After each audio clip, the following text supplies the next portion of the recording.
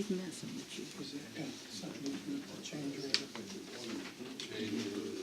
The latch you can Stop order too.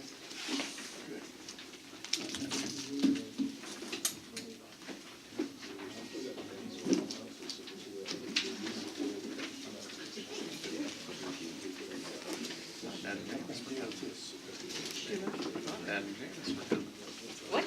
Oh, Said they're that's going not as to. bad as water. We are. Huh? I was sitting in the water. Right. They're proposed.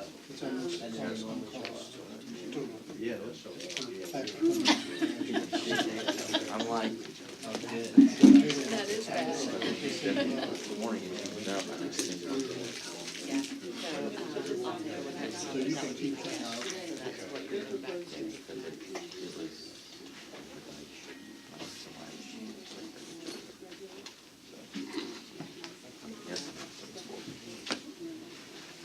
I'm shocked. I know. It's really, isn't it? With my books. Hey. Yeah, read. Look at that as a gift. Yeah. She was like, Do they all have this? They do, yeah. Okay.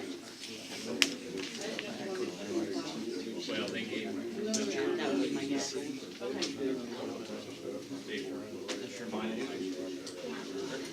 That's so much higher.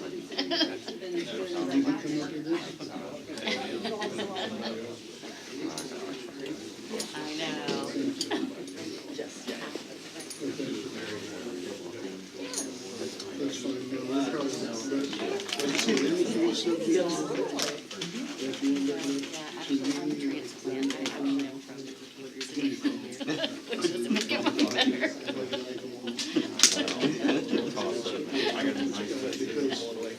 Oh, no, you don't. Wasn't that pain in your place? I already got the big stage.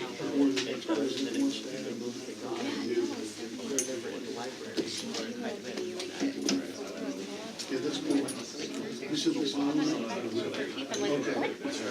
Yeah, and, yeah, yeah, just, Hey, don't you have some work to do? Doing it. They told me you were gonna be here, so we keep an eye on you. Oh, yeah. Oh, I know. Honestly. We gotta use. Not something we should do it again. And back to.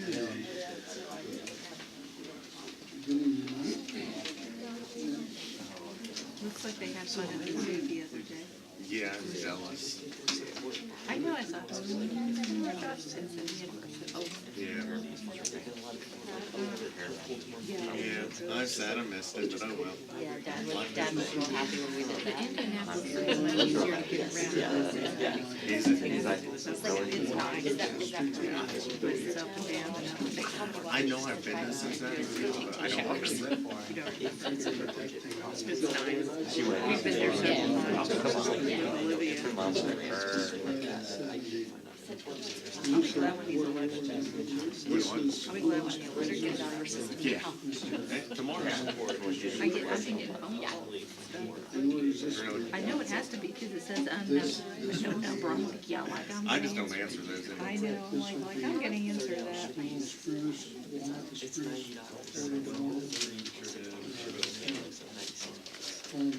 gonna be a call. Call. I'm in,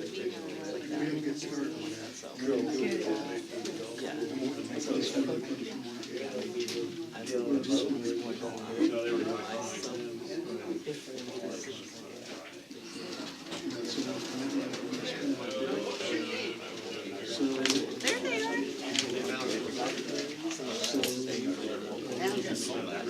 He said he thought you guys were good. I said, I haven't seen you in a while.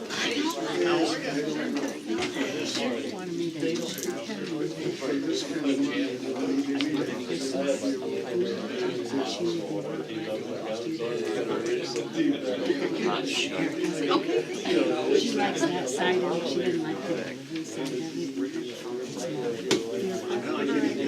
Kind of for childhood, but she liked it. I'll get in trouble if you take over and work. So, yeah. Yeah, just make sure that all the legal matters are Mr. Martin. Yeah, so just let us know what Hello, how are you? I'm good with it. Everybody's here tonight. It's exciting. I didn't even know. Yeah, but that's crossroads. Yeah. Well, it can be used. Thank you, Mike. Oh, we did that. You're good, Tyler?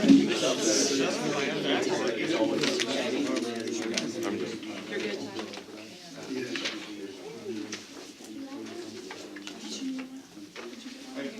I have no, yeah, we'll just flow with the game. Okay?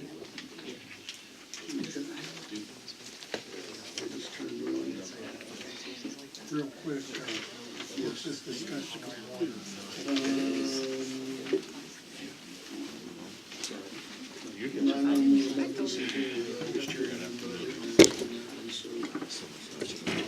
Mr. Martin, not here yet? Looks like you had fun. Looks like you had fun at the zoo. Oh, yeah, we did, it was fun.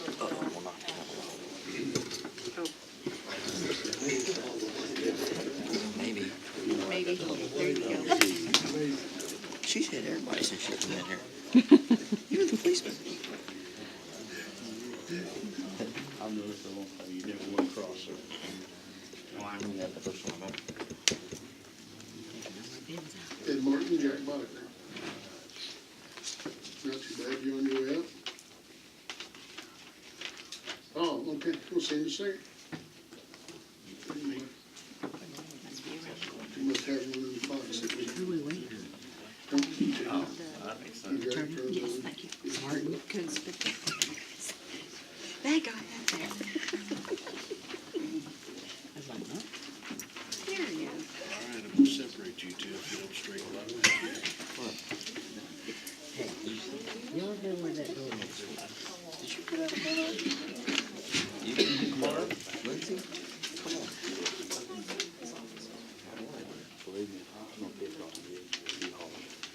What's your phone number? Then I get steps. What's your truck? You'll hit that on. Oh, we don't kill her. We're not yelling Geronimo. Good evening, everybody. Welcome to the work session, November 5th, 2018, 7 p.m. here at the town hall. You haven't picked up, or we can get you an agenda if you need one. I reached out to Johnny and didn't get any update from CYL. Has anybody in legal or the clerk's office heard from them? I did talk to one gentleman online, and he said that he was going to try to become the president of CYL, and maybe that'll be another avenue. Mr. Jennings, so I will get a hold of him back through and find out. He had some questions about trick or treat with some other folks, and I just shut him down. actually went off without a hitch. We didn't have any problems in town. We did keep the same night. Sorry, I can't control the weather, and I can remember many days it was a little snowy or cold or rainy, so a lot of people had trick-or-treaters out, and we took my fiance's grandkid out, and it was a good night for that. So, next on the agenda is trash ordinance, rate discussions, bid specs, questions from legal and from town manager on that. We had a little bit of discussion, but I just uploaded a request for bids to the cloud for you to look over. As far as I know, they're ready to be sent if you so wish. anything from the legal side, if we ask for a motion to set out bids for those, or? If you find them satisfactory, then you make a motion to accept them and direct the clerk to Okay. issue notice. Let's give the total council, the whole council till next Tuesday, schedule that. Yes, sir. I'd like to address that. Go right ahead. I've actually had a chance to look at purchasing a truck, be about $212,000. I'd actually like to make a motion if I could.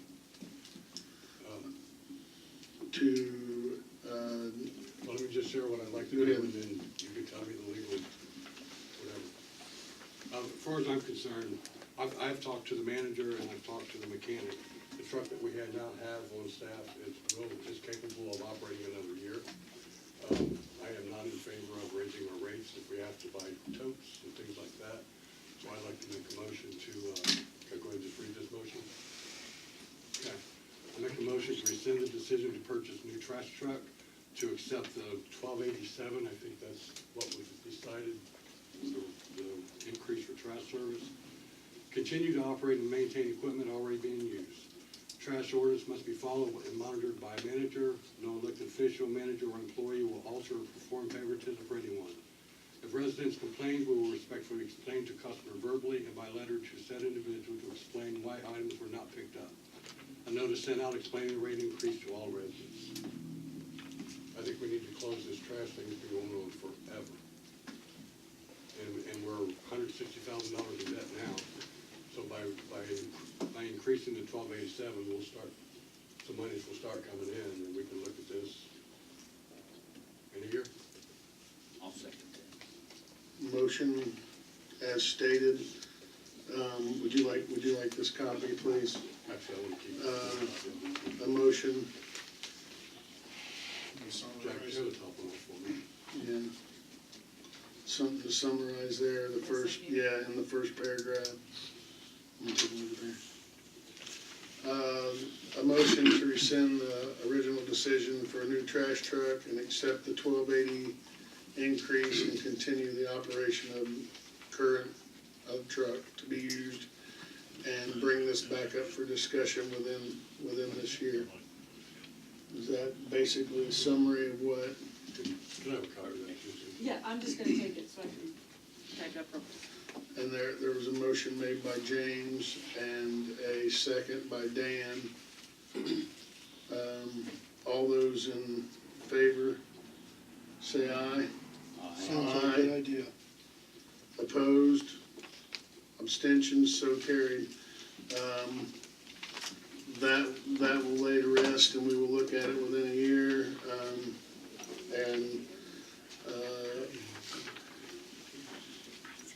I'd really much rather start getting in the head on that, and we've got it. You talk to him, and if that'll last us another year or two, and we can bring this discussion up again, and that cuts the whole thing and drops that off. So. Can I make a suggestion that we do send some kind of a notice out that explaining all this, because there's some There'll have to be, questions. because it's gonna be a rate increase, there'll have to be a public hearing. Yeah, There still has to be. the rate ordinance, the creation of your solid waste disposal department and the rate ordinance was sent to you, drafted and sent to you in August. At the time, I think you were looking at possibly outsourcing. So the standards within that ordinance also reflect that avenue. Some of that, unless you're intending to update the ordinance that you're using to enforce trash pickup, can be stripped out. But in other words, that's your rate ordinance so far, and it's gonna need some amending. Unless you all take a look at it and it's setting a more modern standard for what you want to do in terms of trash pickup. It has been sent out to the town manager and the clerk as well, so that they could review it to see if it fits within their current operational schemes as well.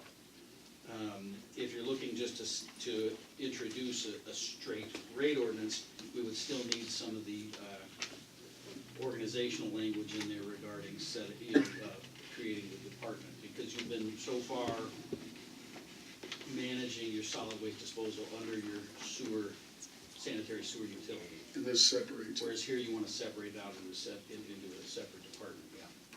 Can we go ahead and set a date for a public meeting? You haven't introduced the ordinance yet. Yeah, he's gonna have to set an ordinance, write up an ordinance. Could you? I would suggest you look at the one that I sent you in August and see whether there's anything in there that is fitting now within your, your objectives. But certainly it could be pared down just to the fact that it's establishing the rate.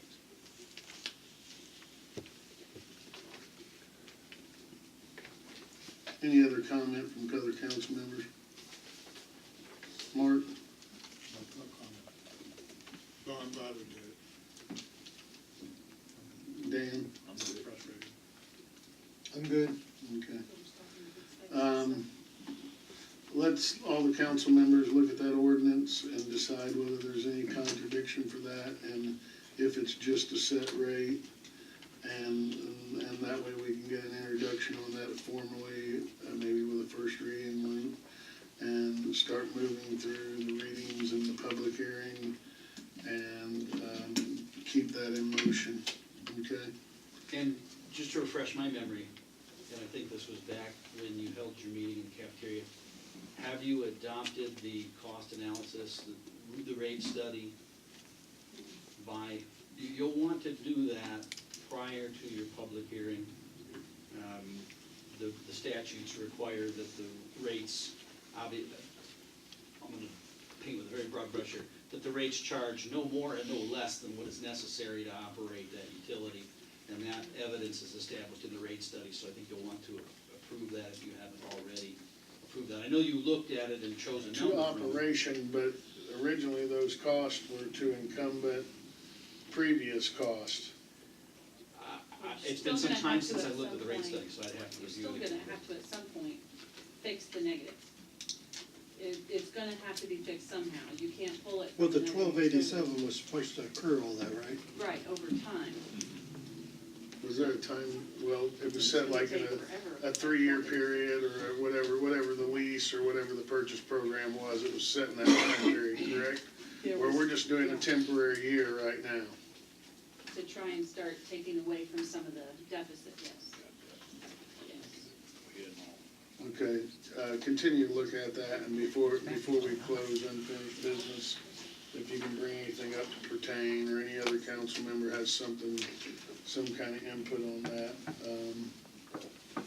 I'm open to that. We'll just move forward to the next subject. Salt building was talked about, and it has moved to the future, and let me remind people that things are gonna stay on this unfinished business list, but I'm gonna bypass them. And this is gonna be a subject that'll be brought back up in the spring. Mark has looked into it. There's several costs and regulations and rules. And now that it's already here, that probably looks like springtime to get. So we will not further rehashing this and throwing it up on the table every month until it comes back up to be taken care of. Next line item, EDC appointment, Mr. Turner. You have asked, or we have asked you to do that. You've said you'll do that officially tonight. The clerk has paperwork. If you'll stay till after the meeting, we would love to get you sworn into that. And we'll give you some details. There's not a lot of details to it, and tell you what your term is, and we appreciate you and all, not just that to your community. You serve a lot of people in this community in many aspects with your business, with your donations, with other things, your time that you give up from your family, and we do appreciate that. Thank you. Okay. So, BZA alternative appointments, you were gonna get me a list of maybe some people that, I haven't got anyone, except for Jamie Rolfe, that was on the original list. okay. What we'll do is if you don't get anybody else by next Tuesday, we'll make some kind of formal motion to put Jamie or whoever else you recommend to do that, and hopefully they'll be willing to accept that, and then we'll go from there. Sorry about that, Dan. Voluntary annexation. Brought some new paperwork to light just this evening to me. Legal, she said she uploaded on this cloud, but it was late today. Timeline, trying to hints that in. Your advisement, would that be the ordinance 2018-15? would it be your advisement that I ask for a motion of first reading tonight, title only? Yes, introduce, go to first reading. So I'm looking for a motion to introduce ordinance 2018-15 and read by title only. Do I have a motion? So moved. Motion by Gary, do I have a second? Second. Second by Mark. All those in favor say aye. Aye. Aye. Opposed? Abstentions? So carried. Ordinance 2018-15, an ordinance annexing certain territories to the town of Centerville, Wayne County, Indiana, placing the same within the corporate boundaries, therefore, and making the same a part of the town of Centerville. Schedule this for second reading, and we'll get all the other hearing timeline. Right, what you should also do is entertain a motion to then approve the notice of publication and direct the clerk to publish notice. I'm recommending, as you can see from the timeline, that you schedule your public hearing for your regular meeting in December, with the notice to be placed in the paper on November 14th, a week to Wednesday. Is that right, 14th? Yeah. Which will give the enough time between the publication and the hearing as required by Title V. After the public hearing, you can then entertain a motion approving and adopting the fiscal plans. And after the fiscal, assuming you adopt the fiscal plans at your meeting on December 11th, then you could proceed to second reading or even adoption of the statute. However, the adoption of the statute cannot occur any sooner than 14 days after the public hearing, so that would probably put adoption at your year-end meeting, Okay. unless you choose to push it out into 2019. Yeah, there's no reason just not to go ahead and get it finished. So I'm looking for a motion to approve the clerk to start publication and notification for a public hearing. Do I hear a motion? I make the motion. Motion by Dan, do I hear a second? Second. Second by Mark. All those in favor say aye. Aye. Aye. Opposed, abstentions, so carried. This paperwork will be up here to pick up before I'll bring it to you at the end of the meeting. Y signal communication request, is there anybody here, is he here to speak on that? Would you mind, do you want to say anything other than you said before, or before I start asking some questions of other people? Seems like there's been some confusion on how the equipment's gonna be put on the tower. A lot of people are asking about if it's gonna be on the physical tank. Just to clarify, you got the landing around the tower you walk, you got the railing around it. That's where it will be mounted to the railing, not the physical tank, so we're not putting holes in anything.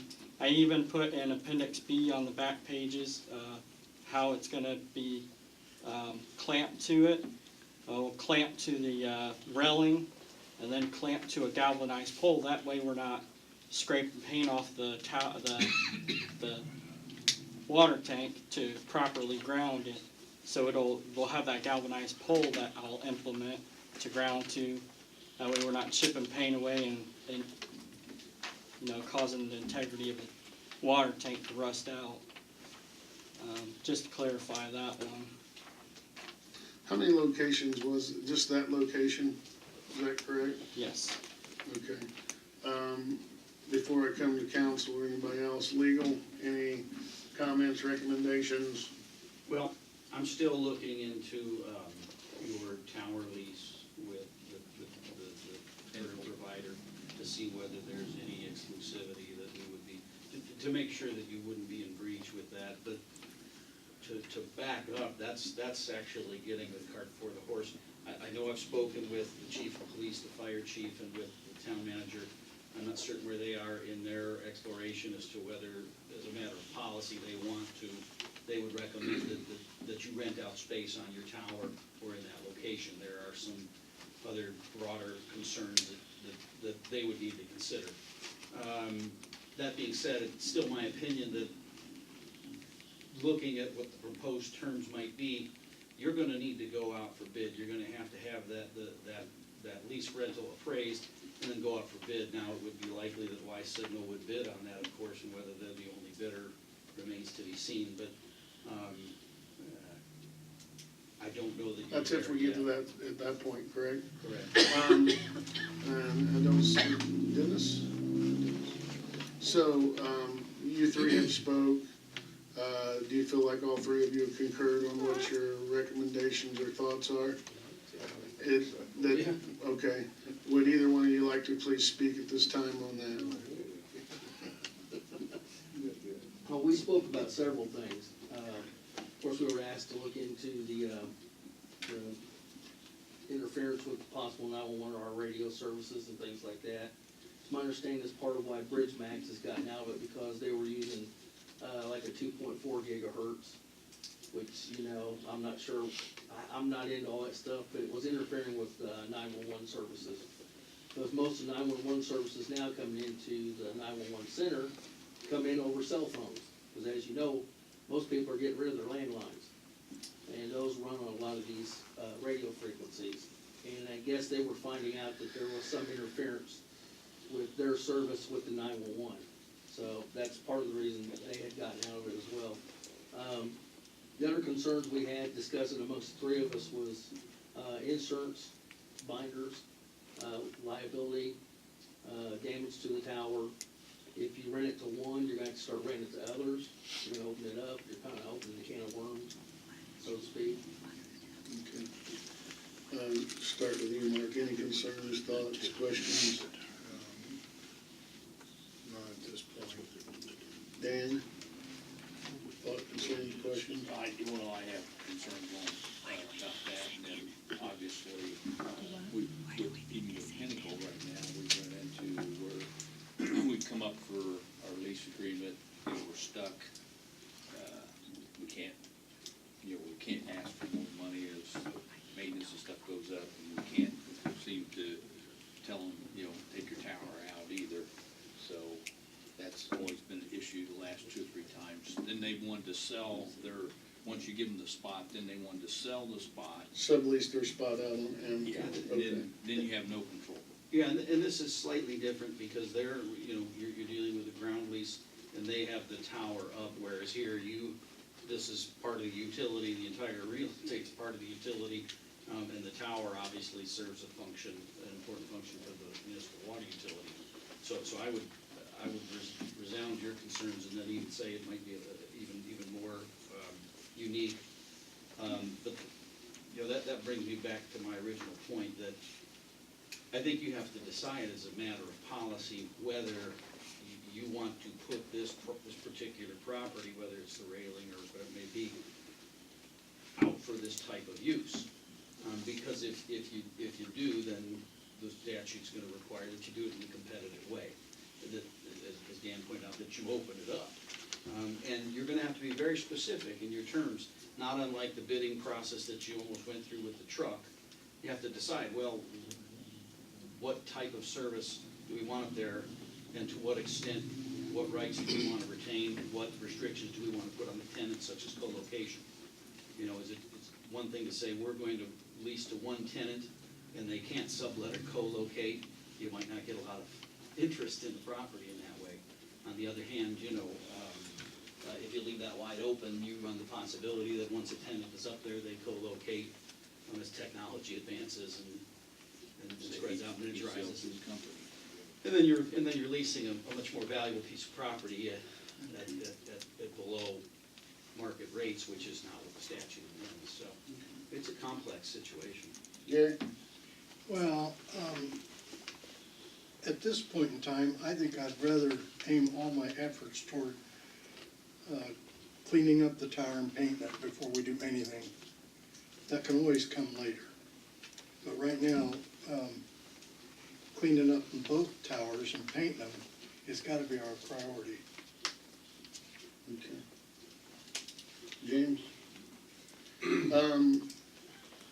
I'd like to take all comments on any question or subject, whether it be our properties, liabilities. I do believe that it would be nice for the community to have a little bit better access in certain places. I know, I won't name certain companies, but some provide better service than others because they're available in other areas more than others, and those who don't have those better services are looking for something better at this time. With the advisement, I'll ask if any of the members want to make any motions in either direction. I make a motion that we visit this at a later date. A motion made by Gary that we can look at this at a later date, due to things that need to be taken care of before then, and that, at this time, I'll add this, at this time, that, we're not entertaining, letting Y Signal Communications put, devices on our tower. Do I hear a second? I'll second it. Second by Dan. All those in favor say aye. Aye. Aye. Opposed? I'm opposed only just to keep it open, but Okay. 4 ayes, 1 opposed, abstention. And with his note, he just wants to keep it open, but remember that I believe that Gary said we need to revisit this, 6 months, a year down the road after we've taken care of other issues. So that's not, nobody's just saying no, but we're saying no at this present time, okay? Thanks for coming in and trying to give that extra service to folks, because I do agree with that we do need, everybody needs options. Last meeting of the year, and we'll take this along with all the other members here, if everybody will pull up their calendar along with the clerk and legal. And we had discussed maybe doing, 27th. what'd you say? Yeah, I said December 27th looks to be the best date. Okay, Plan commission. Nope, plan commission has. that'd be a planning commission. Can we be before that, anytime on that, with that timeline? Well, 14 days is, as far as adopting the annexation ordinance in 2018, if that's what you're referring to, Correct. the 26th would be the soonest. You have to get it adopted, though, under section 5.1 by January 4th, so there's your window. So I would suggest the 20, Does anybody have any problems 26th. with Wednesday, the 26th, at, any certain time work better for any other councilman or not? No later than 7, and 6? earlier. No earlier than 7. Okay, yeah, I'm actually on vacation that whole week, so, anytime's good for me. We can do it at 5 o'clock in the morning, I'd be all right with it. I might suggest the 28th. Huh? I might suggest rather the 28th. This is a super voluntary annexation petition, meaning the landowners are in favor of it, but they do have a 13-day period after the public hearing within which to object. 25th is their 13th day, which is a holiday, and I believe you're closed, and, while the statute isn't clear on that, you would presume then that gives them until the 26th to object. Okay. So, you may be looking at the 27th or the 28th. Is any earlier on the 28th a better time for you that week? I just say that because now we're starting a weekend and, I'm yeah. gonna butt in again. 3 of you are on the plan commission already on the 27th, so maybe holding a meeting before the plan there commission. is no or- plan commission. Oh, there is no plan No, commission? so Oh, they well. can't be their December Then the 27th, why not? So the 27th would work. Yeah. And it's, November's the 15th. So let's make it the 27th. we got November 15th. Okay. And then that's it. Can I get a motion to make that meeting, December 27th, 7 PM? I make that motion. Motion by Dan, do I hear a second? Second. Second by Gary, all those in favor say aye. Aye. Opposed, abstentions, so carried. See you all then, the 27th at 7 PM here in town council. Okay.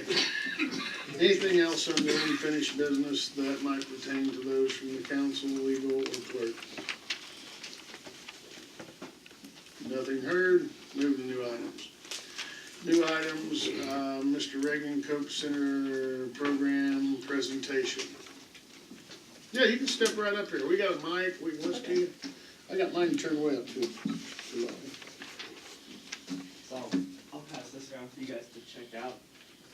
So I'm from Cope Environmental Center. I'm the sustainability coordinator there.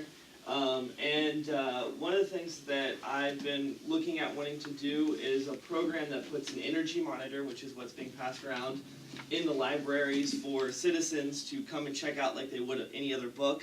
I first heard about it, Indiana Michigan Power does this in libraries all across their the area that they service, and so I thought, well, why can't we do that here in Centerville? There was also a gentleman who came over from York, England last year at the conference of the place-based conference in Richmond, and they did it successfully over there. So I thought, well, why not bring it here?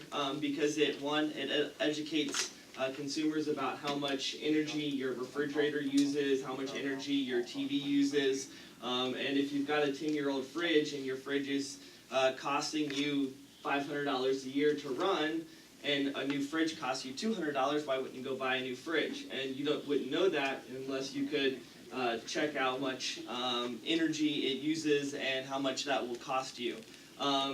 These aren't super expensive, but by putting them in the library, you allow people, so $30 a pop for one of those. If you only use it once, is it worth it to buy it for $30? So if you could go down to the local library and check it out like a book and have it for a week and check all of the appliances in your house and return it, and then you can go out and invest your money into new appliances, and then your neighbor could go out and check it out. So I thought it would be such a cool idea to bring to Centerville. So what I'm asking from town council and the utility is for support by having, I think, in my opinion, by having the city of Centerville supporting it along with the Centerville Library, that it kind of gives validity to the program and gets citizens out and be like, oh yeah, this is like a cool program. The library, Cope, and the city is behind it, that I'll go check it out and see if it works. Also assistance in marketing the program through publications on the website, as well as any social media or anything like that, and putting stuffers in the utility bills that go out to citizens, as well as, I don't know if there is any, potentially any funding in the budget, and if not, if there is, you guys know of any funding through IMPA or any other potential funding sources that you guys might know of to kind of assist in getting this program up and going.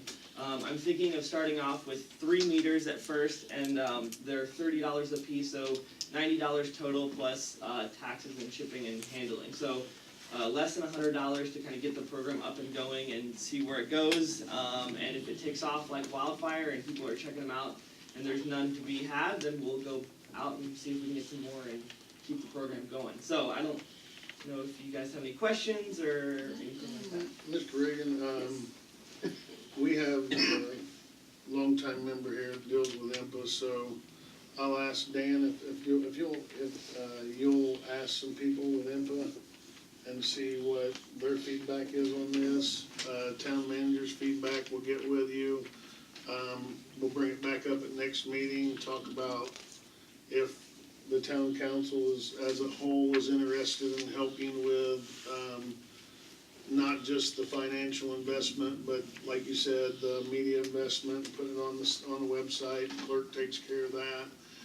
Flyers, we put some in there available, that kind of thing. I'll do some research, of course. First thing I'll do is I already took pictures of it. I'm gonna put in there and see what Google says. And then we'll go from there. Does that sound good, board members? Any questions, Mark? Dan? Matter of fact, I can ask him what their newsletter. And he's talking about even doing something with IMPA statewide. Yeah, that would be And awesome. he'll get him some feedback. in the next couple days over the next week to tell him whether they've already invested time or thoughts in it. And Do you have some literature by any chance on that that you could email to me? Mm-hmm, yeah, yeah. And there's some information on Indiana, Michigan Power that I can send on over to you. thank you. Any questions, Gary? James? Thank you, Mr. Green. Thank you, guys. You have a good night. 2018 turkey chase request, Mr. Day. Well, hello, my name's Mike Day. I'm a teacher and a coach over at this school, and I've been chosen to do it. Stop it, man. I'm lucky enough, I guess, to run the turkey chase. You running or running? I'm not running, no. Oh. In charge of. I'm asking two things. One, that you give permission for us to do it, and two, that we get assistance from your officers to slow some traffic down for us. Last year we had about 245 people run, or walk. So it's pretty big. That's just the map. Dates and times? The date is the 17th of November, and the time is 1 o'clock. And that is a Saturday? It is a Saturday, and I looked at the weather already, and it's supposed to be miserable. So, it's typical turkey chase weather. We're not gonna delay it for a little bit of... No, we are not delaying it. No. No. Sorry, I had to poke every once in a while because of stuff lately. Police department? Have you got with the sheriff's department about? I was talking to Matt, and I have emailed the sheriff's department, but I never, ever get a response from the sheriff's department. We'll do what we can. Okay. So... But they've always helped. Yeah. You have no issues with that date or time? Oh, no. I'm sure that Dennis and the fire department will be more than welcome to help, or any other of the members of the town will be able to. So, I'd like to entertain a motion for the 2018 turkey chase of November 17th, Saturday at 1 p.m. Do I hear a motion? I'll make that motion pending you get with Dennis and make sure it's all coordinated up in time. Yeah, we've already kind of talked about it, Okay. so I think we're good. Okay. Yeah, this is year 30, by the way. Yeah. Motion by Gary, do I hear a second? Second by Mark. All those in favor say aye. Aye. Aye. Opposed, abstentions, so carried. Thank you. Mr. Thanks, Day. guys. Thank you. Football season's over. Run your turkeys. Okay, next in line here, GAI quotes for the SCADA and controller explanation on some of that for me, please, clerk. That would be Mr. Schmidt. Okay. Yeah, it's gonna say that. Well, I will refer it to Mr. Lowmiller, our resident. Here's the bottom of the tail, dude. We had a meeting and I was part of that, but there was a lot of notes taken and I probably didn't take as many notes as the clerk or anybody else. So, Mr. Lowmiller. Howdy. SCADA, it's the supervisory control and data acquisition. What it does, it's our eyes at the wastewater plant when we're not there. It collects all the data, the flow coming in and the flow going out. And this, it needs to be upgraded, which I didn't realize. It really hasn't been upgraded for a little over 10 years. And with the new EQ basin that we're putting in and the controls, the new stuff will not communicate with the old stuff. So we are going to have to upgrade by at least June. The problem is, well, unless Susan tells me it's not a problem, the quote we got, It's not a horrible product. well, for Have you put that out there, the quote? Did you forward it to him? I did not put it out there. I mean, I know we discussed and wanted it really quick by today, and Yeah. I didn't hear any more, and she was running a short timeline on and I that. didn't make copies, but the SCADA PC replacement for the plant itself is around $21,000. And that's new computer, Bristol software updates, right now we have a Bristol Inn, which is a 3500, and there is no longer any more support, or 3305 as our RTU, but there's no more support, and you can't buy those controllers anymore. Can't even buy the parts for them. Yeah, they're obsolete. And So it's a must replace by the first of the year. yeah, truthfully, the sooner the better, because we are seeing little bit of difficulty in our computer system right now. We have some glitches. So Timeline on getting something like that purchased and installed, if and when it is approved? I reached out to, actually this came from Georgie Ruth, from Rob Jefferson. Let's see, he did not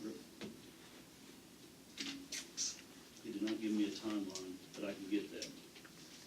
And they did say we could do installments, so they start the process, we pay the first installment, and then it would be like 3 monthly installments, so it wouldn't be all at once. And then as long as we're proving we're doing that, then IDIM's not breathing down our throat. Right, and I mean, and let me explain, that's just part of the upgrade. The other part is the RTU. And this communicates to our wastewater, our lift stations, lets us know if they're running properly, or if they go down, or if we have a problem. It's our eyes out there, calls us in to go out to repair them. So, Additional, $12,950. We're looking around $34,000. The other thing that they were talking about was the fact that this could also, because of the upgrade, this system we could utilize as well with the water. And we could work upgrading the water into the same system, so it's one system instead of having two separate things we have to worry about replacing and buying parts for and things like that. Right now, we have this Bristol at our lift stations on Means Road, Centerville Road, and then the water station. Mark, any questions, comments? Dan, you never go without, no? I'm going with that one, 'cause I know we gotta have it. I mean, and I'm not really that computer savvy, but I do know we do need this, and. We can't upgrade the computer Right. at the wastewater plant until this is upgraded. And right now, our computer at the plant, Yeah.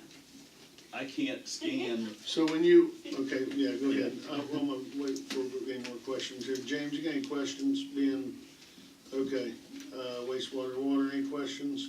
I do have a statement. Being over that department for 6 prior years, keep in mind, whatever decision we make, you got 16 hours a day that you're dependent on this piece of equipment to do your work. 16 of the 24, every day. And right now, we're looking on a aged, unreplaceable parts system. Sounds like you're only getting 8 hours Weekend. while we're there. Well, yeah, I mean, it's working, and it calls us out if we have a problem. I'm just saying there's times we do have glitches with it, and it fails. And hopefully we can get it back up and running, Right. but that doesn't mean you get the parts. Now, you talked about upgrading computers. What are we looking at there? A couple more $1,000 This again? is it all. 34,000. That's that whole Okay. system, yeah. So, And then it's just upgrading the program software Here on is- our computer. so replacing the SCADA is 21,000, and then the substation's 13. Sure. Sorry about that. 13, yeah. It's 13,000. So there's purchase policies on those amounts and how we have to do those. And that is the limit right there. Correct me wrong, legal, if I'm speaking wrong with this. 25,000 or larger states another item, but if we separate these, that would not be under that. 50 is a small purchase. 50. And this is just proprietary because of Bristol and the new stuff will be Control Wave, Yeah. which we already have. So for it to communicate, we still have to stay with the same Yeah, so you could software. So I'm getting the feeling that every member is for this, that's not a problem. The financial payments for that would come from wastewater. Well, you said it might enhance the water system as well. Well, you could incorporate at some point, water can go to the same system, so You we know, wouldn't necessarily and we have also to talked, we buy. also talked about, the phosphorus issue. And And that's a whole nother issue, but, and it might be much larger than this, and I hate to say it, might come into another occurrence of raising our fees again, which we skim by without having to do that, or very little.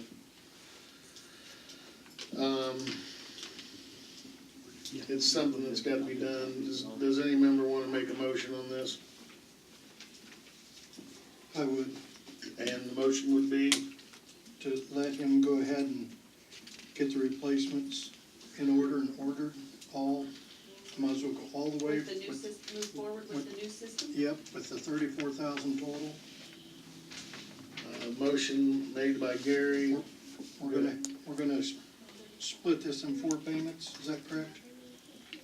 3 or 4, they'll work For with the us. option, Yeah, they'll work with us on, The motion was Stages in the updating process. the SCADA and the outsource with the 13 added be 34,000, to make in 3 or 4 installment payments. Motion made by Gary, does that sound good? That sounds good. Second by Dan, all those in favor say aye. Aye. Opposed, abstentions, so carried. Thank you, Mr. Lowmiller. Okay. Second part. I know. Ouch. I'm getting ready to say ouch. We, we did meet with GAI last week on our phosphorus removal, and they did give us a proposal, for helping us out. And this will be, help us with, there's like 4 different tasks. And after, you guys haven't seen this yet, so what I'll do is I'll email it to you. Okay. And just quickly, Shannon from GAI wanted to come next week to the meeting. That's up to you guys. What their proposal is right now to do this with us is $49,900. Now, did we not discuss between there was at least 3 or 4 of us, even up the 4 of us, I believe, up there at the plant. Mr. Lowmiller, Mr. Miller, and myself, and Mr. Slick. And we discussed about some of these tests possibly being paid by companies that would be willing to sell us their product, but would they be willing to do that if 2 or 3 companies were involved, or can we lower that cost? I'm just looking at This, I think this price was definitely negotiable with GAI. I would suggest, I'm gonna call, I've been out of town, so I was gonna call GAI, or JCI Jones, which is our chemical supplier now, and see what kind of, what they will help us with. A lot of these companies will help us out very minimal cost, because they want our business. And since we've been with JCI, I believe, for several years now, I'm sure they're gonna be able to. I would ask that you team up with Mr. Slick and Mr. Miller, Yes. and get a hold of me before the end of this week. That's when we decide, and even if we decide later than that, I can always put GAI and other and have them speak on behalf and get the input from the utility area, which I'm including you 3 as those advisements on that issue. do you wanna go ahead and put that on the council meeting? Tentatively, let's put that on there, but I need we need more information, right? Correct? Is that what you're saying? Yeah, I'd like to get some more information and possibly make a suggestion that maybe get some RFPs from that firm, or even the chemical company. That somebody, I think this price was a little higher than what I expected. When you say RFP, it stands for? Request for proposals. Okay. Where we just send out what we want to do. We want to, our new NPS permit, we are going to be limited to 1 milligram per liter on phosphorus, so we are going to have to treat it one way or another. Most of the time it'll be chemical. There is a process of biologically but I haven't seen it too often in SBRs, which is sequential batch reactors, which is what we have at our wastewater plant. And what that means is we have actually 4 basins, but each of those 4 basins take the place of like 3 or 4 different tanks. So it's a complicated process. It's a very simple and easy and good process, but biologically removing phosphorus, I gotta do a little bit more research on. We like our bugs. Yeah, we like it, yeah.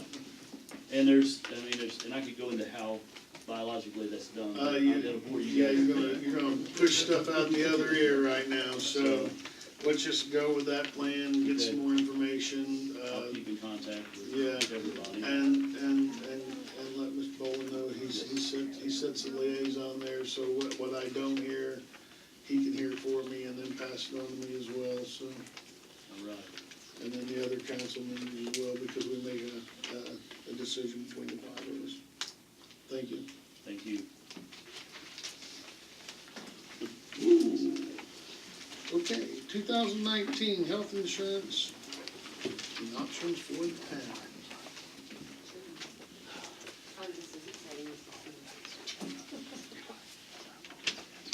So what you have there are copies of the plan summaries from 2018 and proposed for 2019.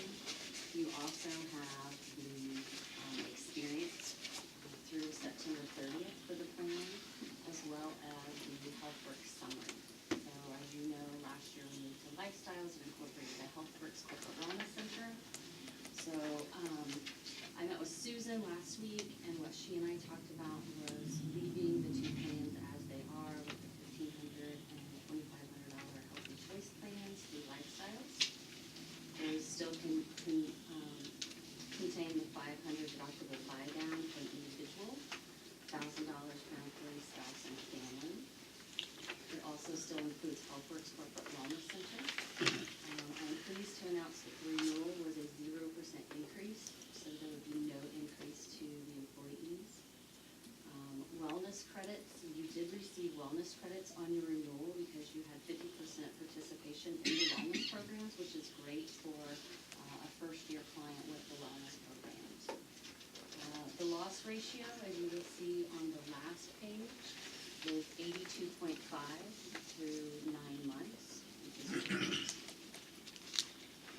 The HealthWorks summary has 43 acute visits and 15 wellness visits for a total of $26,236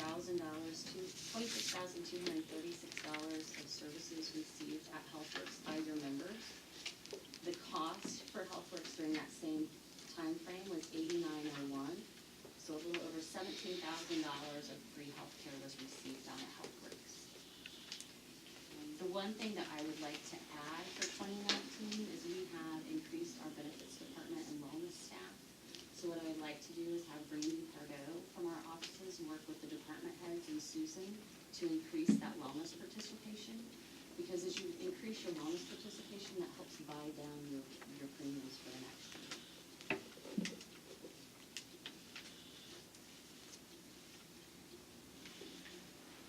I think Susan sent this out to you. It's out in your council information as well. The copy of the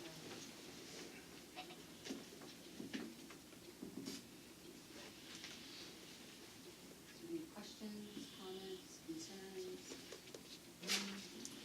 Board members, any questions of this evening at this time?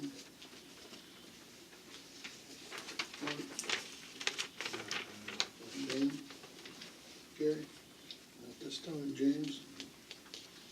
Myself, no, not at this time, thank you. You're welcome. And the open enrollment, you wanted it the last 2 weeks, correct? To open up the form fire for the open enrollment again, if there's any changes or anything for the employees, they can update their information. And they're all in the system. Yes.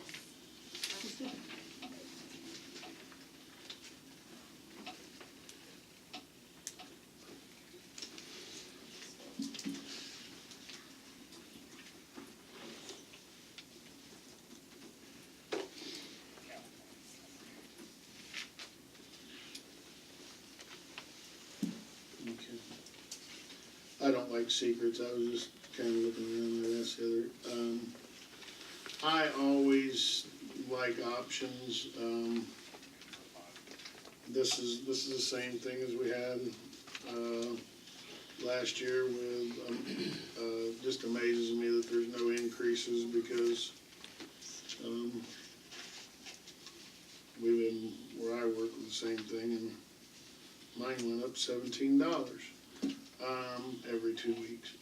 But the employer doesn't pick up as much of the cost as I do, so that was my increase. I don't know what their increase was, I'm sure it wasn't $17, it was probably more than that. When I say that is because I like feedback from the people that participate in it. They take that from us. And I know it's a totally different situation, there's only so many here, and there's thousands in Quantics, and health insurance companies, representatives, RMD represents a bunch of, just like Mr. Turner's insurance, they represent a bunch of different insurance companies. So when I want for myself to know what my options are, I usually go out and I'll call RMD, I'll call Turner, I'll call whoever that might be, to look and see what those options are. And in previous years, we've had 2 or 3 options of, hey, where you want to go. Questions, comments from the clerk's office on my comments on that? No. Council members, anything about that, any questions? That's just letting everybody know that, if you got any, this is a great program, I've had some problems with this issue, we need to address whoever's serving us, and then I always like the idea of,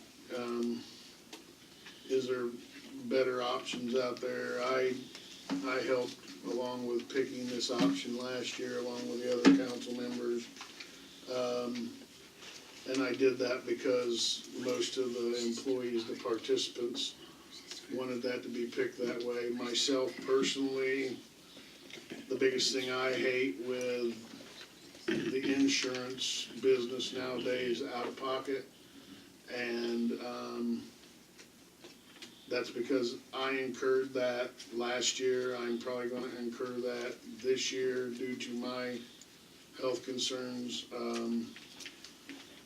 Somebody with cancers or babies or all these other things like these, you know, you're looking at how many times can a family afford $4,000 or $8,000, and then versus the premiums and the cost and the companies that offer that, and then they have to figure in, you know, how many times have you wrecked your car, now I need to know how much I need to charge you, and you and Mr. Turner understand that more than I will ever understand that, so that was my question.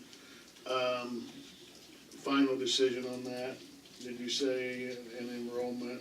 I mean, have we made a final decision, this is what we're doing, and The options for the employees, they can choose between those 2. okay. We didn't go out for looking at insurance, you definitely can, but I would suggest next year you choose to do that in June or July. Yeah, a little bit late now. I just feel like it's a good opportunity to, when it rolls around next year, me being part of the system, I don't know about the other 4 members if they agree with me or not. And that's fine, you know, that's what this is all about, democracy is the consensus of where we all stand with this, but I do believe that financially, along with beneficial, you know, what the program's put in it and how they've performed or not performed, we need to take a look at that. And I would prefer next year that we look into putting that out for 2 or 3 companies or whoever wants to put in for it. Again, nothing against RMD, okay, it's just the business. It's, everybody's looking to pinch a penny and look for, you know, where I look for a lower max out of pocket, might be paying a little bit more premium. Some people might say, no, I'd just much rather roll the dice and not have a colonoscopy when I'm 50 and then by 55 you're laying over dead on the curb somewhere or something. So that's my example, my problem. I don't like to use anybody else's, so we'll move forward. We'll move forward with this and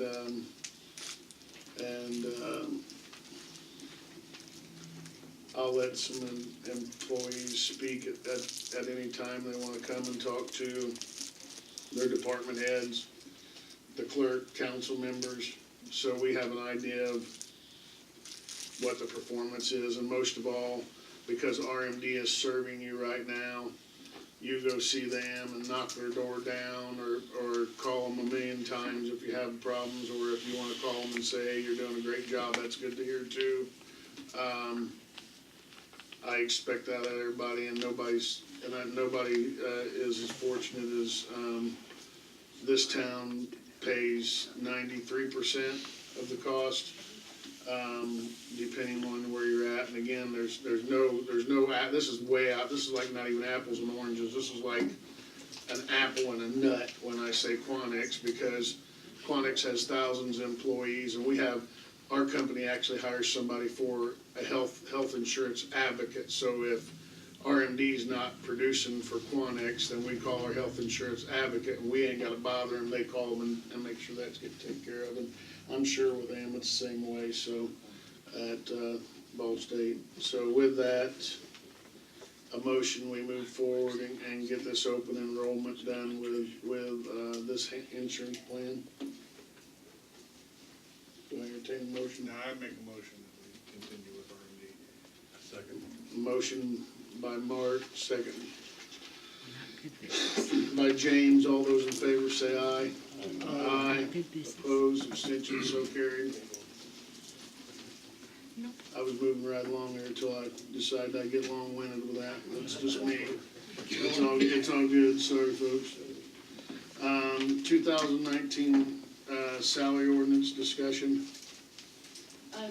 We just needed to talk about if you were gonna add the fringe benefits, as far as what the town pays for perf. It's something that's they're trying to put into the salary ordinances, cause it's not in the employee handbook. But it needs to be somewhere in ordinance, that it states what the town will pay for perf, what the town portion is for health insurance, the life insurance that you give all the full-time employees, and what that amount is, just somewhere, and it's not on anything at this point. So, besides the sections of the amounts, have a fringe benefits section. It's not in our personnel manual, Not the- percentages or anything. It just says that you can have, if you're a full-time employee, you're eligible for the benefits of perf and, health insurance, and the town purchases the life insurance. But none of it says how much it is. So if we put it on the salary ordinance, that's in a place that if you decide to change it next year and do a different percentage on health insurance or whatever, that can change each year. So what percentage are we doing now? For the health insurance, 7%. 93%. 93% made by the town, 7% by the employee. And we didn't get a competitive bid.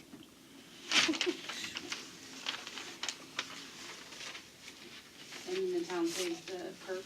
But you can have The that in a employees. separate ordinance. Not Well, included. typically they have it on the salary ordinance. Most towns have it in the salary ordinance. I haven't seen that. Connersville has it, Hagerstown has it. Those are cities. Hagerstown is in the city town. They only have 1,700 people.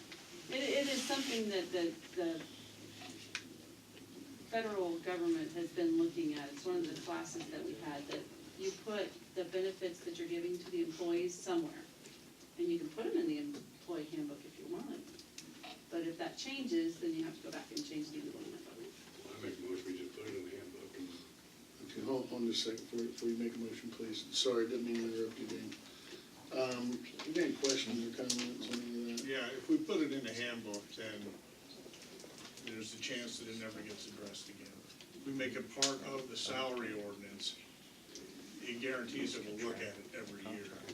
And we're changing the salary ordinance every year anyway. And, it just makes sense to me to make it part of the salary ordinance And then we don't have to change the handbook every year to have it. Dan, questions or comments? I just think that, I don't really want to see it in the actual salary orders. I think it are best in a separate ordinance. Okay. Gary? I don't really see, a benefit to go either way, whatever you all decide, I just can't see it. And James, you were talking about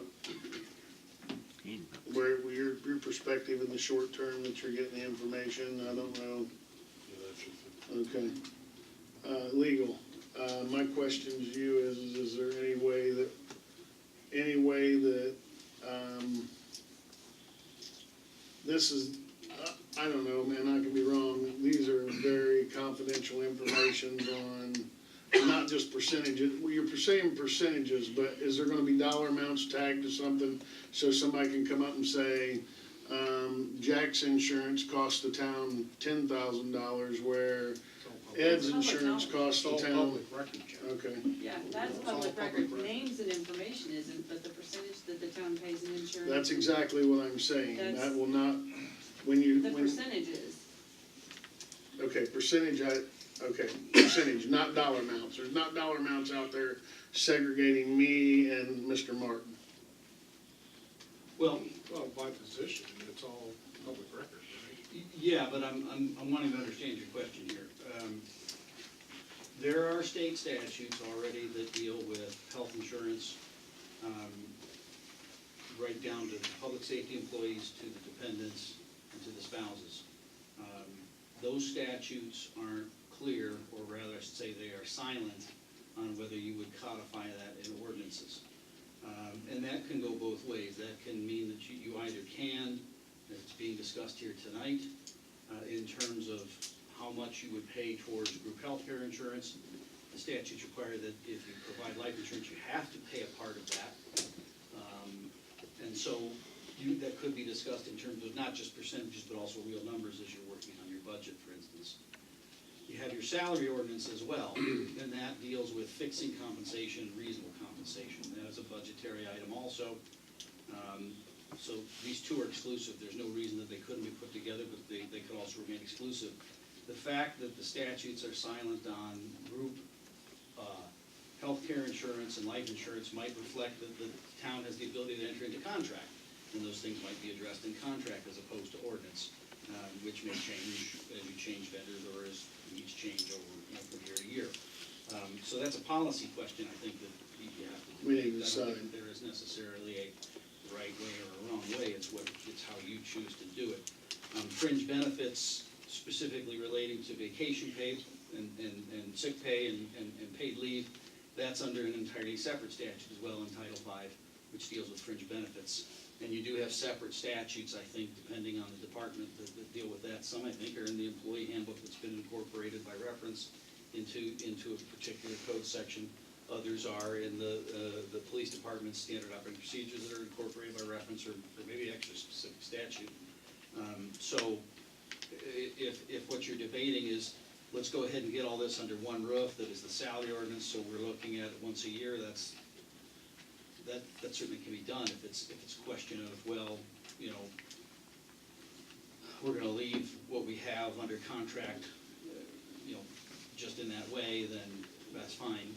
As long as you keep your eye on that, which you seem to every year, such as tonight when your insurance agent comes to you and has some discussion. So, to make a long story short, you can either codify all this in one ordinance or several ordinances. You're not necessarily required to codify the group health insurance or life insurance by ordinance, but you can. Compensation, though, because this topic is salary ordinance, compensation and fringe benefits in terms of paid, vacation pay and paid leave, that has to be done specifically by ordinance because those statutes say so. And again, that could mean two separate ordinances, or it could be one ordinance that's married together. Okay. Thanks for the information. Opinions. So when was the last time this was even changed? As far as what, the salary ordinance? Yeah, Well, there was like, what, 3 changes this year? on the salary ordinance. But they've never included, The what I call salary a ordinance that the total town has package, never maybe. had the fringe benefits like perf and That health hasn't been insurance changed for and quite a while, has it? this, the.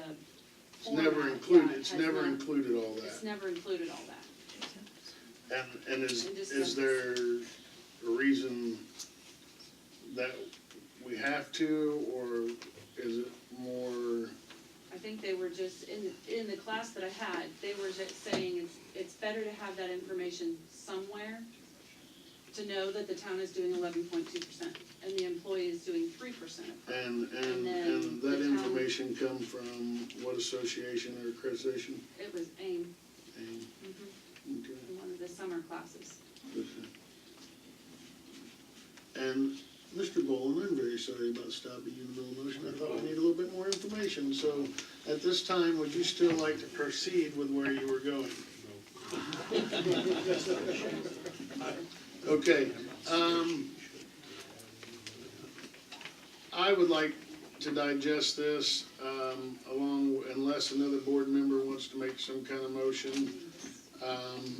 I need to digest this and put this back on the agenda for next week at the council meeting.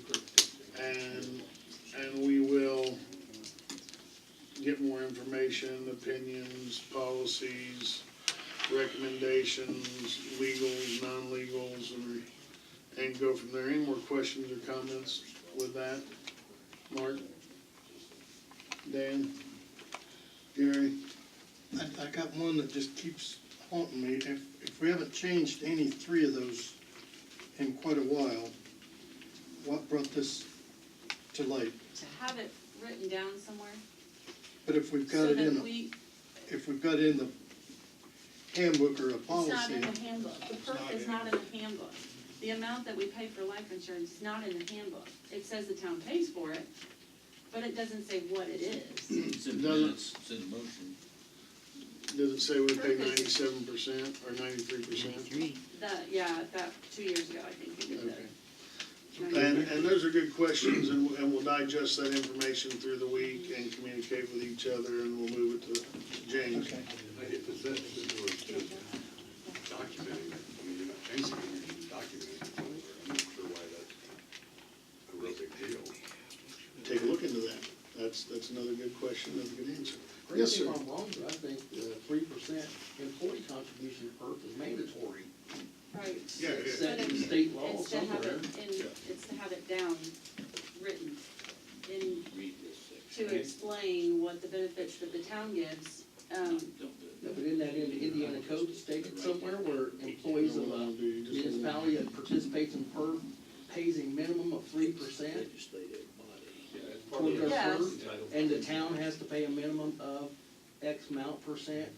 to the Yes, perf. but like we were Then why saying, do we just to need have to it in, rewrite the, just to the have it in Indiana one code? place. That was the only, I'll Just pass that saying. along. It's kind of redoing something that's I'll already pass that there. along. And Yeah, we can pay one for one. like I said, I'm not ready to make a motion. If somebody made a motion, it'd probably be one of the few things I would probably stomp and step back from tonight. So that's just my intake right now. I need more information in here, and I'll read along with other things. Put that on the agenda for next week. We're gonna look at that again. Motion from the Stormwater Board for rate increase. I see one Stormwater Board member here. Do I see the president here? I don't think he's here, I think Ty can. I would like to speak to that for a second, if I could. If you want a comment or question, let's go ahead and start with your end, James, and we'll move around the board here, but. Well, just for clarification, when somebody decides to do something and then 2 months later you want to increase it, it really makes us look bad to begin with. The Stormwater Board asked for a 47% increase the same time we did the trash ordinance, or the trash, at the school building. I don't remember the dates. And now they're asking for $1. I'm not sure what the difference, why they're asking for more now. It's just been a couple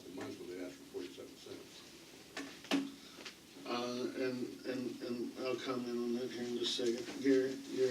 Well, I think, right away, we ought to just let Ty just bring this whole thing to light. Okay.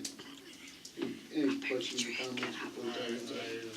I'm totally out of the loop here, I have no Okay. idea what you guys are talking about. Okay. No, nothing. I do believe at that meeting, James, that there was a discussion that for other projects that it might be up above and beyond that 47 cents. They didn't know exactly what that was, so Ty, would you stand up, please, or it'd be easier if you probably come up here, because I don't hear very well. 47 cents or whatever. 43 cents. I can't remember right now, I got nothing. Was to basically pay back what we had to contribute to our portion of the project. Now let us rebuild it. We have another major project coming up on Morton Avenue. And Matty Harris. So, and we, apparently, I don't know what the conversation was with Mr. Killen, the commissioner, that they had agreed to work with us and deal with Matty Harris culvert. The stormwater boards,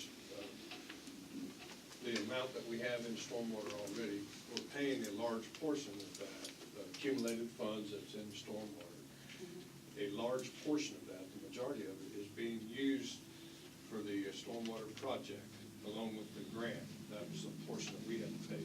Plus, we needed the 47 cents in order to pay for the rest of it, and to be able to maintain our cumulative maintenance fund that comes along each month. And so that's what the 47 was originally for. But if you start looking at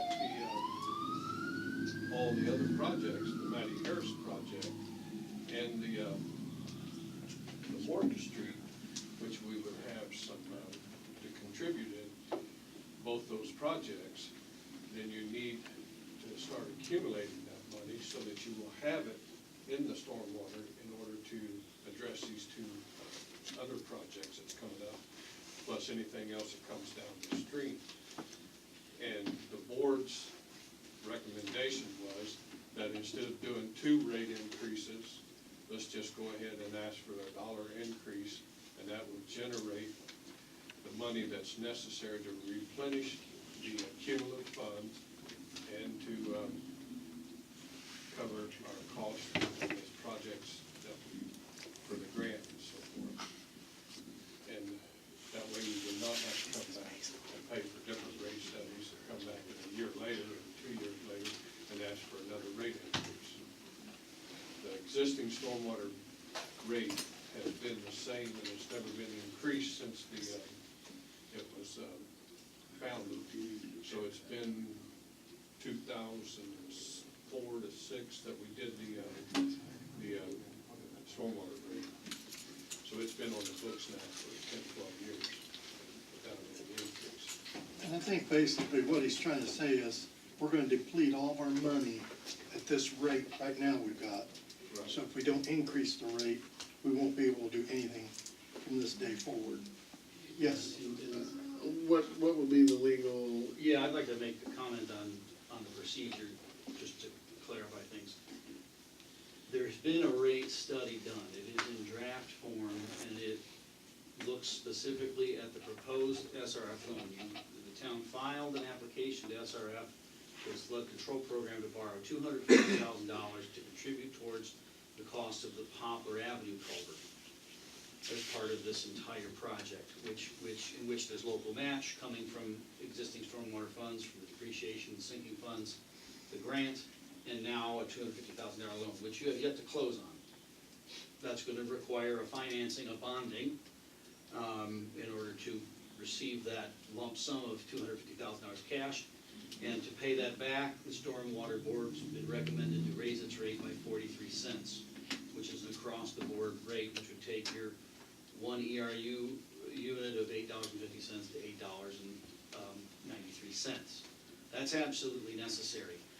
The raising it of the dollar has not yet been justified by a rate study, although there have been in email format an analysis done by UMBAW explaining the revenue that would generate.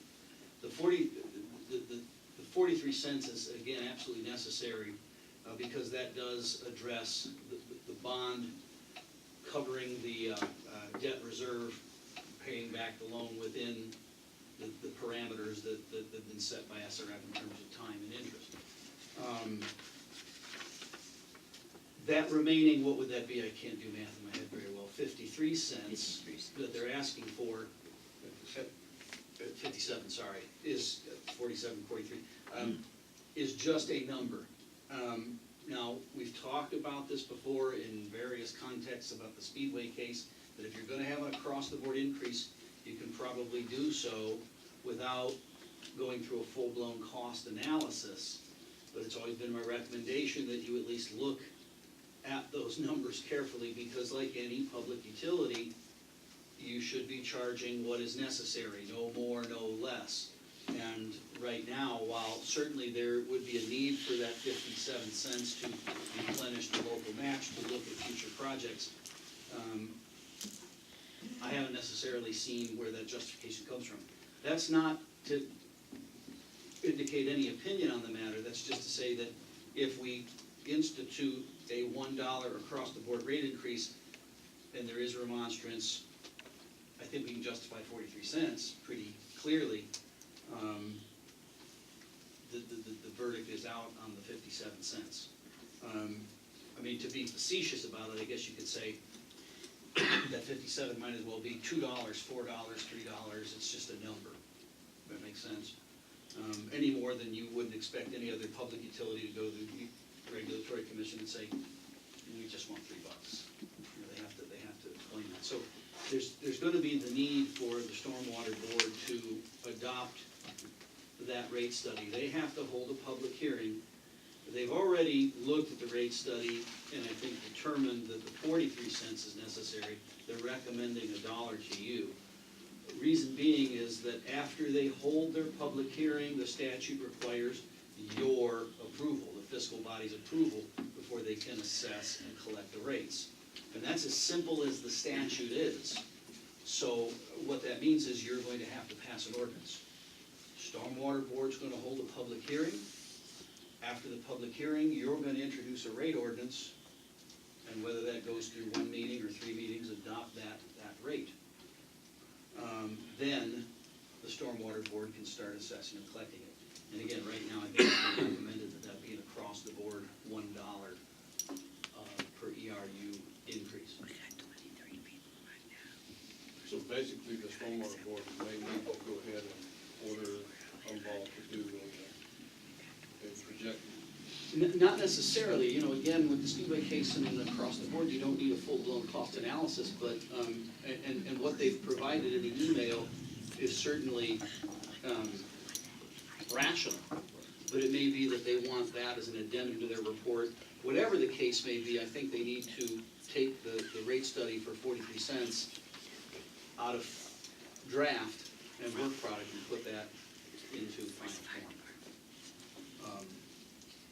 Well, with that being said, I would make a motion that we take Humboldt's recommendation for the 43 cents. And if they want another rate increase, they're gonna have to come up with another rate study to do it. Well, I don't know that another rate Doesn't study have is to do required. that. It might not be required. Yeah. Right. Remember, the Stormwater Board still has yet to hold a public hearing and presumably could do that within, if they have a meeting, today's Tuesday, Monday, sorry. If they held a meeting theoretically this week, they have to publish notice in the paper once of at least 10 days prior to the hearing, so they could conceivably have a hearing before the end of November on this rate increase. But that would be predicated on whenever this theoretical meeting were held this week, that they adopt the rate study, they can justify the 43 cents, and then have something, whether it's the emails or more from UMBAW, justifying the additional 57 cents. Because that notice going out to the public has to say we're raising rates $1, and someone might come in and say, well, can I see why? And that's going to consist of the minutes, the discussions of the Stormwater Board, and presumably the rate study itself. every rate you've ever done has had a rate study, and you've never then just tacked on extra, you know. Another 100%. Well, whatever the case may be. I think the 57 cents, in other words, is justifiable. I don't think it's arbitrary or out of the question. But right now, the only evidence we have to support is a chain of emails. I'm sure Umball will stand behind those numbers, though, particularly if they ended up in court having to testify, you know, on behalf of the stormwater department. And I think it was suggested that this public hearing be a joint public hearing of this board as well as the stormwater board. So, It because was. you'll be passing the legislation, you'll want to hear from the public as much as the stormwater board will.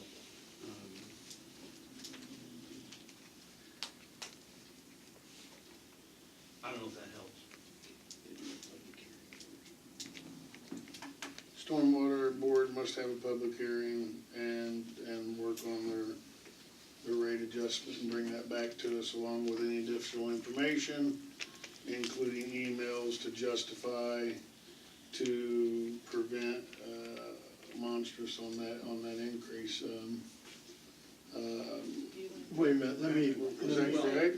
let me extract my motion before we do anything. Okay. Scratch that completely out. Yeah, go ahead. Make note. I think what this is it's the beginning of a discussion. They've come to you with $1 to put you on notice. Presumably, the next step would be that you would introduce an ordinance, assuming that that $1 is where the town intends to go.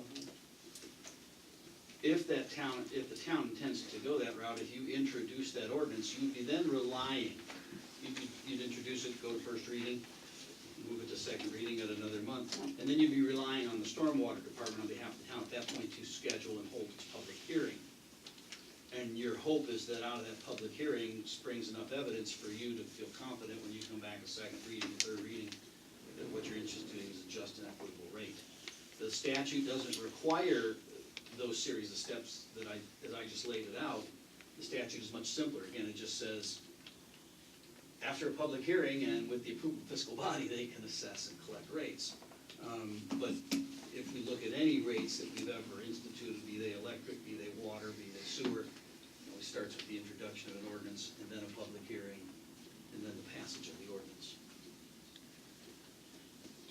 Until we get bids back, Choice One right now is in the process of designing the project.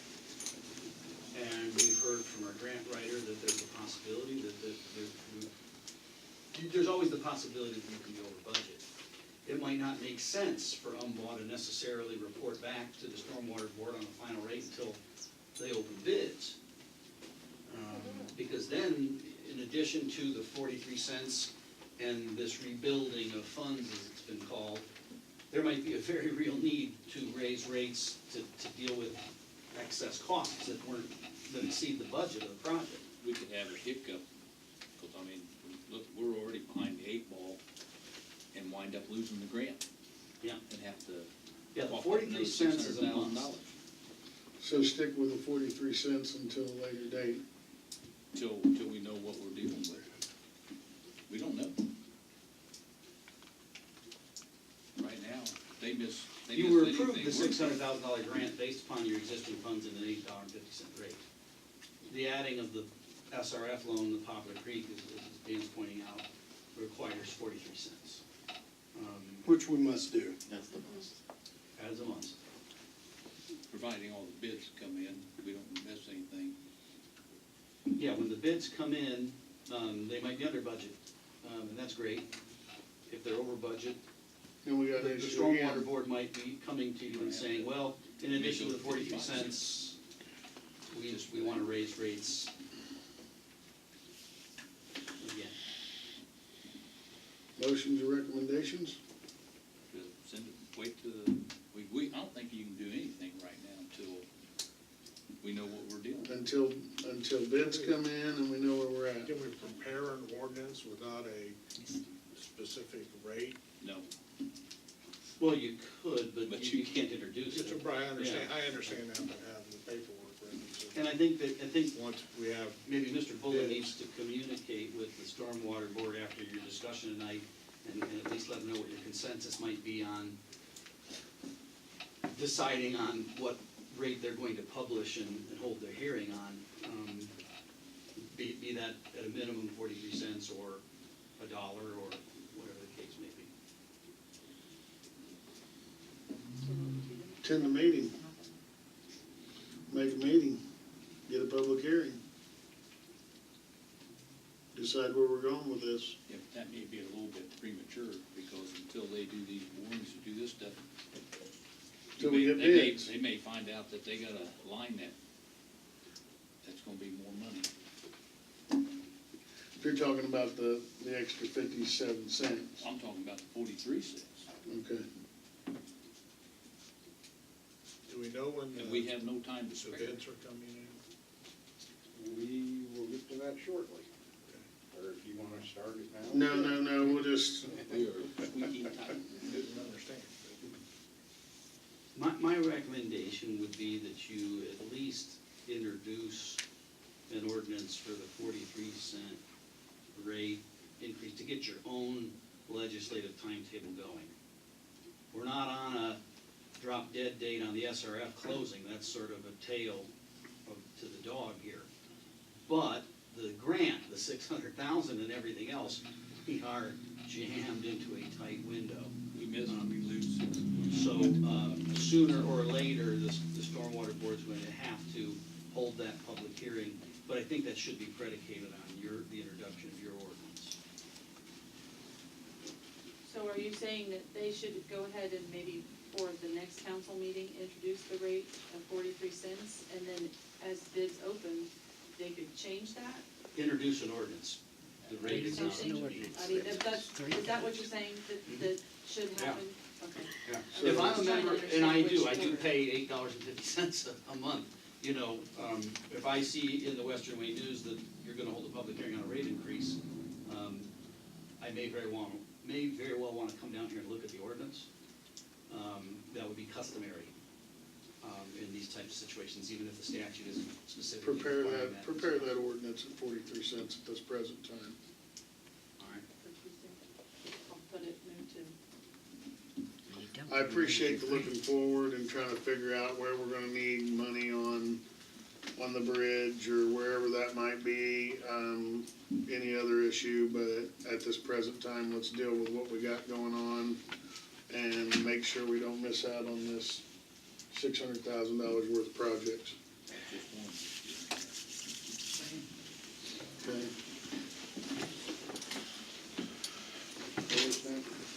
Yes, sir. Continue this conversation a little bit. Yeah, go right ahead, sir. The Stormwater Board did approve an amendment to the agreement on February 28th. We will receive plans and bid packets, and I'm gonna ask the board to set a special meeting for Friday, March the 1st, to receive the plans and bid packets so that we can advertise them on March 6th and March 13th. And then I'm gonna ask for we will receive the bids by March 21st. And I would like to ask for another special meeting on Monday, the 26th, to open the bids. That will give us time to get everything. We'll open them on the 21st. The 26th would be to receive the tabulation and recommendation of the engineers. So we can get all the paperwork to Okra, which the deadline is March 31st. To be on the safe side, we'd like to have it there by the 29th, because the 31st does fall on a Sunday. Yeah. Keep in mind that we miss this date, you lose the grant. We're done. Bye-bye. It's a tight timeline, and I'd like to get the meetings pre-scheduled, so we're set up to go. Don't have a problem with that. Matter of fact, I think it's a good plan. Motion to adhere to the timeline set for these meetings and like to entertain a motion on that. Motion by Gary, do I hear a second? Second by James, all those in favor say aye. Aye. Opposed? Abstentions, so carried. Yeah, let's keep straight with an arrow there. We will try our best as long as the engineering firm meets the timelines. And you're referring to the engineering firm being? Choice one.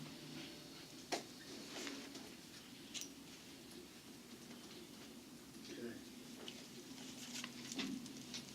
So we're basically at the mercy of choice one.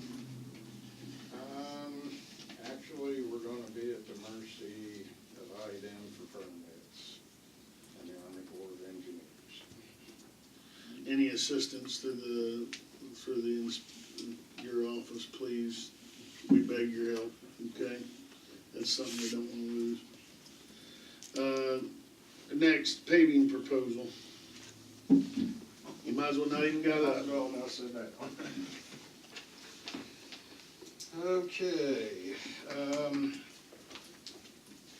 I've contacted different paving companies, and I have one paving company that has some open time now, if the weather holds, to do some paving jobs. You have a copy of the quote for the jobs we're looking at. And not only did I contact Milestone, but I contacted Randy Powell at Powell Paving. They no longer do custom applications. All we can get off them is materials. I called E&B Paving, their Muncie office, and requested a quote on this. They refused to quote and referred me to Milestone. And the total quote's gonna be around $60,000 for the paving. I feel I've done my due diligence in trying to receive quotes and ask that the proposal from Milestone be accepted and you allow me to sign off and start this process while the weather holds. I make that motion. Motion by Dan, to approve this proposal and give Kevin the authority to sign off on it. And a second by Mark. All those in favor say aye. Aye. Opposed, abstentions, so carried. Thank you. Thank you. Let's fix some streets. Yeah, if the weather holds. Just forget mine. It's on the Good luck. list. Discussion on water. Just one second, I just had this really.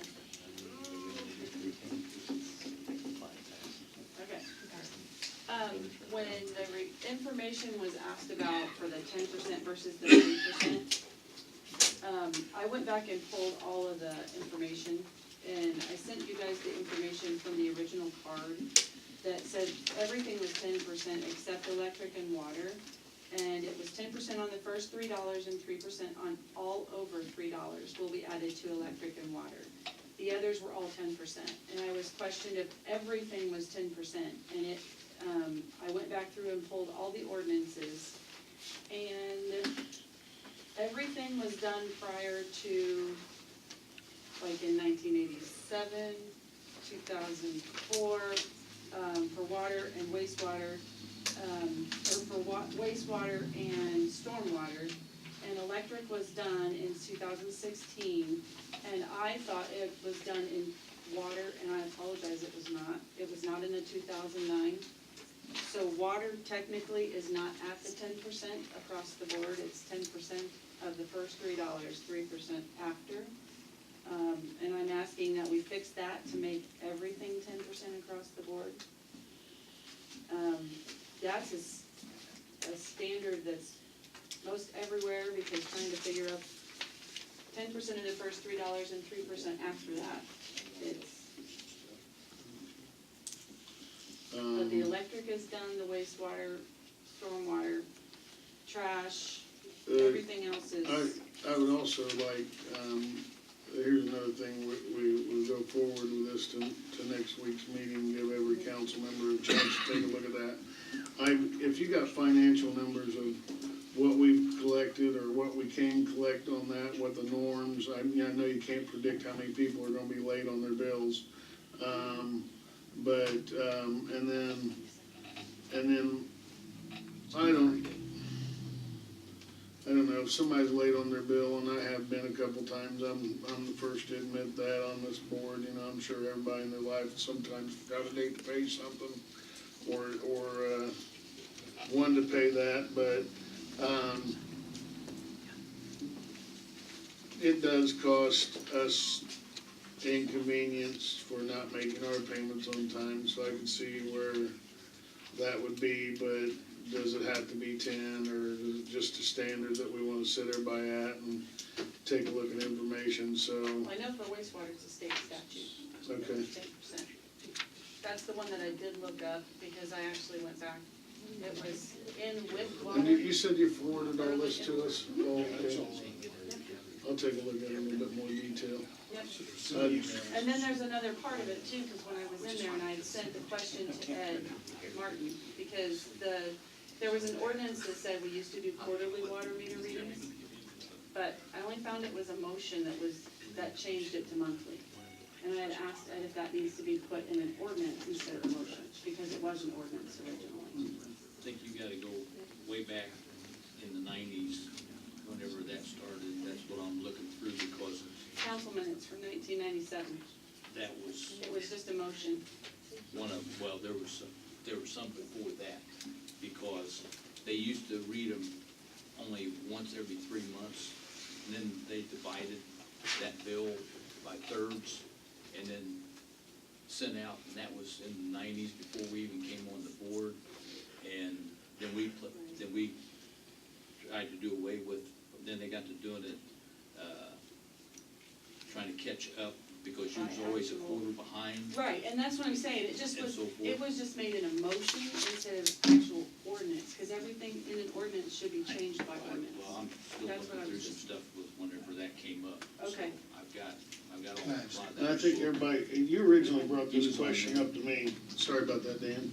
Gary originally brought that up to me, and Look, I didn't mean to open a can of worms, but here's my deal. If it's a rate, so be it. But I don't see how we can charge people 10% for water after they're late, and we don't have it in a ordinance form. I don't see how that's, I don't know, maybe legal needs to step in and tell me what I'm doing here, or what Well, I'm and thinking. that's what I said, I found it in all of the other ones that it just wasn't in the waters. But number one, it says it on our bill, our new bill, Right, that's what and I don't, I have no but idea we've been why I got charging changed. these folks that are already late. And, So the difference is like, I went and well, figured it out doesn't the matter fixed what the fee. difference Well, is to me, I get it's that. just not right. Right, I get that, that's why I'm bringing it and saying we need to fix it and make it correct. It's kind of the same thing of not finding the rate that was supposed to be done 10 years ago. And then I'm we sorry, bring it, but I we're just don't fixing feel it. like I'm just that we trying need to penalize people more. I think we should just leave it alone. No, it has to be addressed, it has to be put somewhere. I think it Whatever, needs, whatever think it- percentage you use, it needs to be written somewhere, and it is. we had it written. It's on our previous bills from The 1996. previous bill is not an ordinance. It was at one It was in an time. ordinance years ago, and it was not updated like all of the other ones were. The other ones were updated, where it has it in the ordinance that it states. Right now, it says 10% on first $3 I know, and 3% on all balance. of electric and water. And as I stated, the electric was updated in the verbiage that says, the late payment charge applied after the due date shall be 10% of the unpaid balance. So that was fixed in the electric. It was already done in all of the others. And I'm not denying all that. Right, and so that's why I said water hadn't been updated in the verbiage of either of the new ordinances. again, as I stated probably 5 minutes ago, excuse me, clerk, we will keep doing information swaps, discussion. This will be brought back up at next week's meeting. no decision will be made until then, if then. Next issue, 2019 fuel rate. Is that something that you want to address there, Kevin? I'll address it. I know the board has never before taken bids for fuel. I am asking that you consider advertising and taking bids for fuel and gasoline used. I ask that you advertise for escalating, de-escalating, and fixed rates for a 1-year period. Do you feel they'll give us that kind of price for a whole year? Oh, yes. Okay. Yeah, we've done it before. And Is there any reason to quit doing it? Because when we did it was back when gas was jumping from $2 to $4, and we could lock in that price, and then whenever it settled down where there wasn't enough variation, then that's kind of when because we never knew when it was gonna come down after that. It's something for you to think about, Right. consider.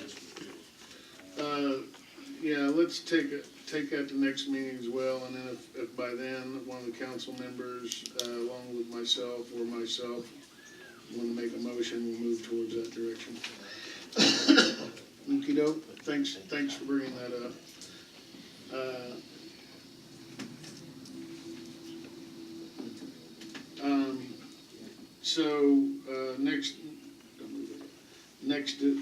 Next topic discussion, disaster recovery renewal. The renewal for the disaster recovery acceptance from Boys Kane is $275. We take our information and send it to them quarterly, so they have it in case we have a fire or any disaster here. They at least have a quarterly backup. Does anybody want to entertain a motion? Make a motion that we renew. A motion for renewal on information disaster recovery. Second. Motion made by Mark, second by Gary. All those in favor say aye. Aye. Opposed, abstentions, so carried. Then I asked a question about this when I seen on here, and I'll let Susan explain this a little bit, and then we'll have some discussion on this, even if there's not a motion, or if there is a motion on what we're doing here. So, Susan, would you go ahead and speak on this item of the credit debit? When the council had decided a few months ago to do the, first the credit card, debit card, e-check, take on that fee, so that there would be no charge to the customer. That, as well as the paychecks, time and attendance, when we were discussing those, we had information come out from the state that gave us what we could use some of our distributions for NVH and local road and street cigarette and alcoholic beverage tax. And I emailed you guys all of the information as far as the page on the cig tax, the cigarette tax, that we could actually utilize that under 4B for communication access systems used to connect with computer networks or electronic gateways. So the monthly fee that we have for both of those programs could come out of that. We do utilize, the cigarette tax is not the same as the CCI. They both say CCI, but the cigarette tax is a separate one that we get in the June disbursement and the December disbursement for the property taxes as a separate check. So we get our property tax distribution, and then we get a quarterly distribution of cigarette tax. The bill for the time and attendance is $99 a month. With the difference, the split would be for each utility, water, wastewater, and electric, would be doing $28 a month. And then the Pay Easy, of course, we know what the monthly fee is gonna be, the $9.99. And then there are other $9.99 miscellaneous fees that they have above and beyond that, the per check, the per credit card, depending on which one it is. Those fees would be split based on where they're being paid. And I can run a report that will pull all the electric, all the water, all the wastewater, And then if there's any permits or anything like that, that would be pulled from those specific. So, for instance, we have a building permit for $50. Then that charge, if somebody used their card, that charge to use the credit card, or if they wrote a check, would be paid out of general building permits. The monthly fee would come out of the cigarette tax. But then, if you look at the credit card or the debit card or the check, what we would do is do a percentage. Our fee for this month, when we got it full underway on the 26th of October, and the fee we had was $86 total, so we're looking at 45, let me pull it up here. $45 and some change is what we need to split between general, which is the $50 permit, and then electric, water, wastewater, and trash. And based on what gets deposited into the accounts, and we can run a total of each of those, of what's used by credit card, what's used by check, then we run the split and figure out what the percentage is and take that fee, and the utility will pay it back. We'll pay for the fee. So the monthly fee will come out of the cigarette tax. And, excuse me, we get,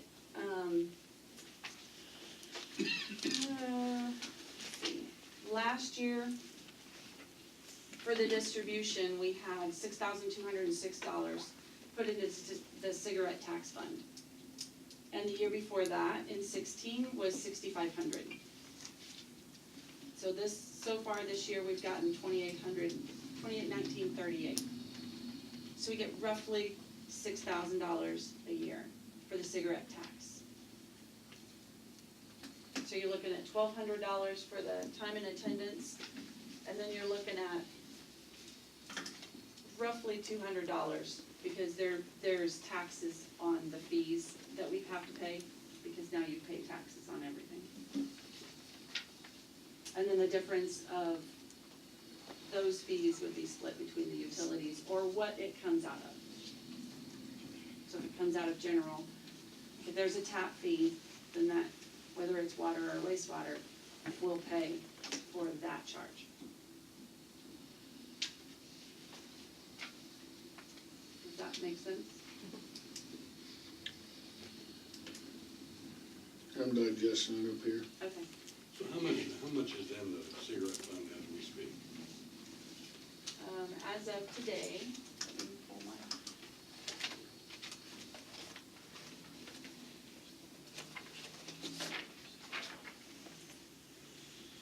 $78,776. And you're saying that it brings in how much, how often, 6,000? 6,206 was last year. Right now, we're sitting at $2,819. But we get another distribution in December. Okay, and the estimate on this per year that we're gonna be spending out of it is about $1,400-1,500, is that? Yeah, So how much we got in the, I'm sorry. $78,776 as of today. Can I get a list of what we spent in the last 2 years out of that account? Not right this second, because No, what, because there's no, I don't look for a decision to be made tonight. I would kinda like to table that forward, and any other people that got any other questions other than the question I asked for, or of each other. Mark, any questions, comments, and, you know, clerk, me, you, yourself there, Dan? I do have one. Gary? What exactly are we paying for this time clock per month? we pay for the program. Is how each much? month. It's $99 a month. And then you pay the $84